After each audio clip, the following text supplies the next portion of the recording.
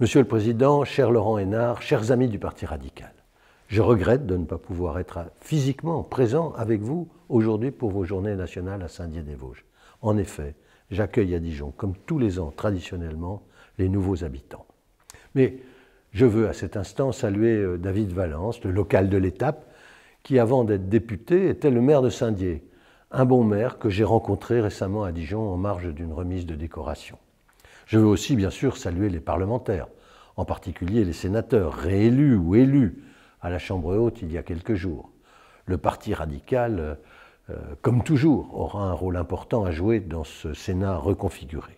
Enfin, je voudrais adresser un salut particulièrement amical à Dominique Faure, ministre des collectivités locales et de la ruralité, avec qui j'ai toujours plaisir à travailler. Nous avons eu quelques dossiers ces derniers temps à traiter ensemble.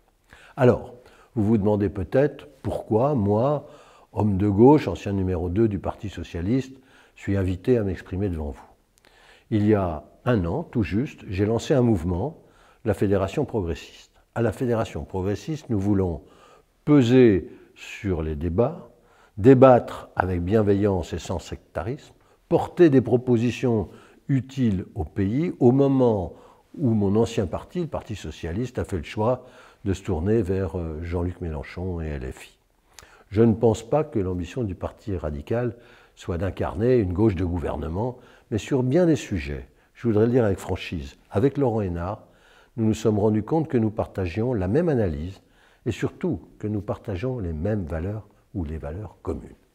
D'abord, je crois au parti politique, et vous êtes ici membre du plus vieux parti de France. Quand on regarde les études d'opinion, on ne peut pas dire que les partis politiques suscitent un enthousiasme débordant chez les Français.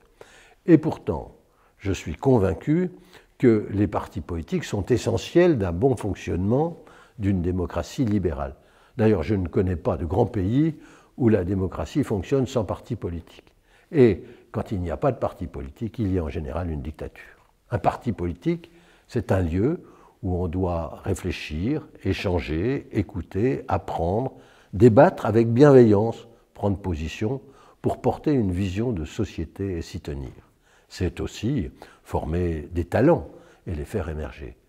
Ce qui nous rassemble, c'est aussi que nous croyons à la nécessité de bâtir des compromis et de bâtir des majorités progressistes. C'est ce que nous faisons à Dijon, au conseil municipal, et je suis très heureux de compter le Parti radical dans ma majorité depuis 2020. Je veux ici remercier Jean-Philippe Morel, mon adjoint, pour son travail, son engagement, la qualité de son engagement au sein de mon équipe municipale. Nous travaillons ensemble, et que ce soit au niveau local ou au niveau national, nous partageons la même conviction que face au déclinisme que cultivent certaines formations de droite extrême et d'extrême droite, face au misérabilisme que cultive une gauche radicale, le progrès social est une boussole pour changer la société. Nous partageons surtout des valeurs communes. À la Fédération progressiste, comme vous, nous sommes pro-européens. La Convention sur l'Europe que vous avez organisée cet après-midi pose bien le cadre sur les échéances à venir dans les prochains mois. Mieux d'Europe ou moins d'Europe? Pendant la campagne des européennes, nous allons défendre les valeurs fondamentales d'une Europe politique face aux populistes qui cherchent à les éroder. L'Europe, depuis ses débuts, s'est engagée à promouvoir la paix. C'est le fondement premier. La paix, la démocratie, les droits de l'homme et la solidarité entre ces nations. Ces valeurs sont le socle de notre identité européenne. Elles sont ce qui nous unit et ce qui nous rend plus forts. Les populistes, quant à eux, veulent semer la crainte, la peur, l'inquiétude et remettre en question ces principes essentiels. Il suffit de voir ce qui se passe en Hongrie. Et que dire des populistes en Italie, ayant fait campagne contre l'Europe pour arriver au pouvoir et qui aujourd'hui se rendent compte, je pense à Mélanie bien sûr, qu'ils ont besoin de la solidarité européenne pour faire face aux défis économiques, migratoires ou sociaux qui sont devant eux.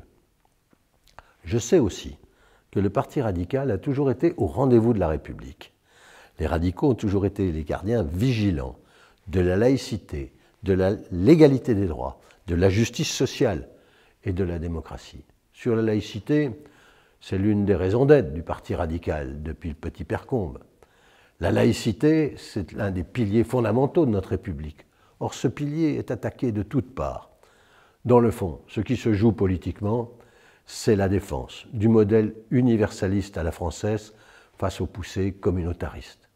L'universalisme, ce qui nous unit, c'est ce qui nous unit, mais c'est ce qui garantit l'égalité des droits. C'est ce qui permet l'émancipation de tout à chacun. C'est ce qui nous permet de vivre ensemble, malgré nos différences. Et c'est une chance pour le pays. Sur cette question, je le pense sincèrement, nous devons rester mobilisés. Et je veux dire ici qu'il n'y a pas, selon la formule, entre nous, l'épaisseur d'un papier à cigarette que je ne fume plus depuis longtemps. Évidemment, il existe des divergences entre la Fédération progressiste et le Parti radical. Mais c'est plutôt sain dans une démocratie qu'on ne soit pas d'accord sur tout. Mais nos convergences sont plus fortes que nos divergences. Avec Laurent Hénart, avec son président, nous souhaitons travailler ensemble dans la durée, car l'avenir se prépare maintenant, vous le savez, et que les valeurs que nous partageons doivent nous permettre de porter des projets communs, des idées communes. Nous devons travailler localement et nationalement. Mais je suis sûr que nous aurons l'occasion d'en reparler. Je ne veux pas être plus long, je veux simplement remercier Laurent Hénart, cher Laurent, de m'avoir permis de m'exprimer devant vous et vous souhaiter de bien terminer vos travaux. Vive la République et vive la France.